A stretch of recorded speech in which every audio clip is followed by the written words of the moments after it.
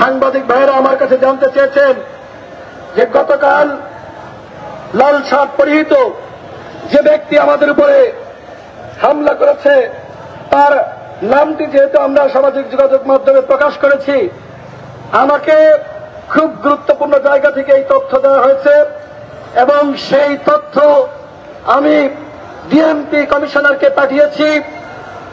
আমি তাকে পাঠিয়ে স্পষ্টভাবে বলেছি এই সন্ত্রাসকে গ্রেপ্তার করতে হবে।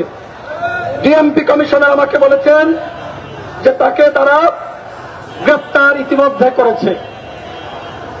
কতটুকু সত্য কতটুকু মিথ্যা বলতে পারবো না, কিন্তু আমাকে বলা হয়েছে তার বিরুদ্ধে ব্যবস্থা নেওয়া হচ্ছে। সেই লাল শার্ট পরিহিত ব্যক্তি সে পুলিশের কনস্টেবল, সে একজন পুলিশের সদস্য। তার নাম মিজানুর রহমান, তার বিপি নং 97 17 19 72 43। সে নুরুল হক নূরের উপর হামলা করে নাই। সে নুরুল হক নূর মনে করে আমাদের ছাত্র অধিকার পরিষদের কেন্দ্রীয় নেতা সম্রাটের উপরে হামলা করেছে, কারণ সম্রাটের পাঞ্জাবির কালার আর নুরুল হক নূরের পাঞ্জাবির কালার প্রায় একই রকম ছিল, চেহারা দেখতে প্রায় কাছাকাছি, কিছুটা মিল আছে এবং কাছাকাছি বাসা ছিল।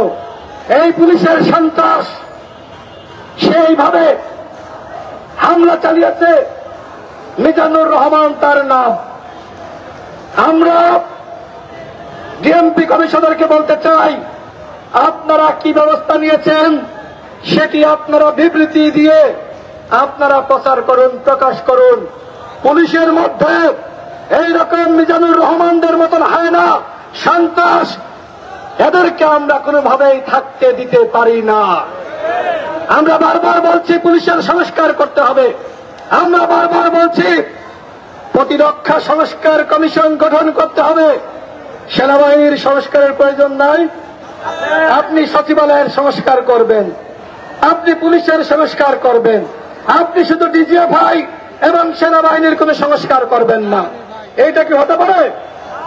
শেখ হাসিনা প্রত্যেকটা বাহিনীকে কলুষিত করেছে। 18 সালের নির্বাচনে আমরা দেখেছি।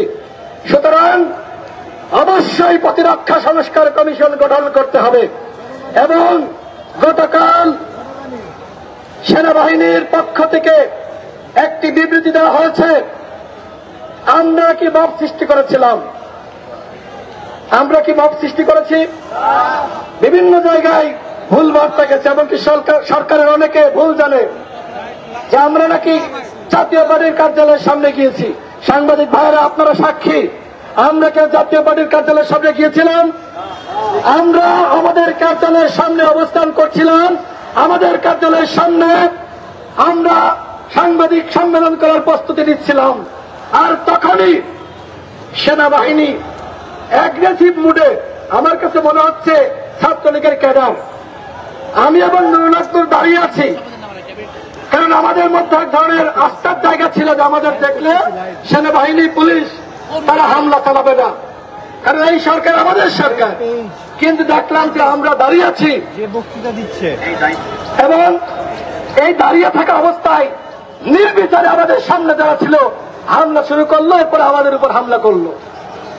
নুরুল হক নূরকে আপনারা দেখেছেন কিভাবে তার নাক ফাটিয়ে দেওয়া হয়েছে, তার চোখ ফাটিয়ে দেওয়া হয়েছে, তার বুকের উপর সেনাবাহিনী কিভাবে ওই বুট জুতা দিয়ে পাড়িয়েছে।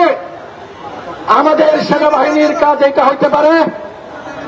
এমনকি তার মাথায় বাড়ি দেওয়া হয়েছে, সেই বাড়ি আমাদের আরেকজন ছাত্র নেতার মাথায় লেগেছে, নুরুল হক নূরের পিছনে ছিল। নুরুল হক নূরের এই যে নাক বুক চোখ ফাটিয়ে দেওয়া হলো, এটা কি কোন মাস্টার প্ল্যান ছাড়া এমনি এমনি ঘটেছে? নুরুল হক নূরকে মাস্টার প্ল্যান করে হত্যার উদ্দেশ্যে গতকাল আমাদের উপর হামলা করা হয়েছে। আমরা সরকারকে বলবো, এই হামলার যদি বিচার না করেন তাহলে আপনাদের বিচার কিন্তু জনগণ করবে। 1 বছরে কিচ্ছু পারেন নাই, পুলিশের সংস্কার করতে পারেন নাই, সেনাবাহিনীর সংস্কার করতে পারেন নাই, ডিজিএফআই এনএসআর সংস্কার করতে পারেন নাই।